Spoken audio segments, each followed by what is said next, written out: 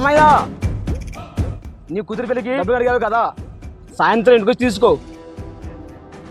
సరేనయ్యా. సర్లే కానీ పత్రాల మీద ఏం ముద్ర చెల్లు.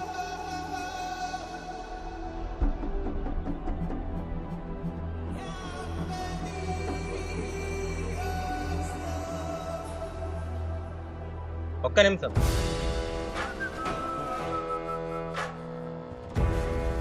ఇవి దేనికి సంబంధించిన పత్రాలు? తమ్ముడు, అవి కౌలు పత్రాలు, నీకు తెలియదులే. ఇవి కౌలు పత్రాలు కాదు, భూమి అమ్మక పత్రాలు. మా నాన్నకు చదువు రాదని మా భూమిని మీ పేరు మీద రాయించాలనుకుంటున్నారా? అయితే ఏం చేస్తావు? మీకు తాగడానికి డబ్బులు కావాలన్నా మీకు కష్టం వచ్చిన మా దగ్గరికి వస్తారు, మీరు మమ్మల్ని ఏం చేస్తారు? అవును, అవసరం వచ్చినప్పుడు మీ దగ్గరకు వచ్చాం. కానీ అవసరాన్ని అవకాశంగా మార్చుకొని చదువురాని మా తల్లిదండ్రుల అమాయకత్వాన్ని ఉపయోగించి మా భూములను లాక్కోవడానికి మీకెవరిచ్చారు హక్కు? చట్ట ప్రకారం మా గిరిజన భూముల్ని ఒక నాన్ ట్రైబ్ కొనకూడదు, తీసుకోకూడదు. ఈ విషయం మీకు బాగా తెలుసు అనుకుంటా.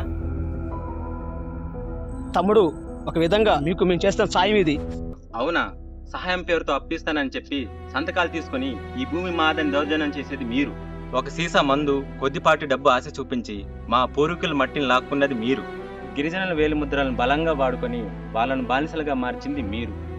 మా భూములను సాగు చేస్తూ మా మీద పెత్తనం చెలాయించేది కూడా మీరే. అసలు మా భూమే లేకపోతే మీకు పుట్టెడు మెతుకులు కూడా ఉండవు. గుర్తుపెట్టుకో, ఈ నేల మా తల్లి. మా తల్లిని కాపాడుకోవడానికి ఎవరి ముందు తల వంచం.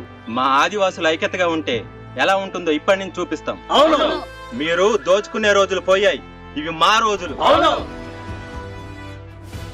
మేము ఆదివాసులం.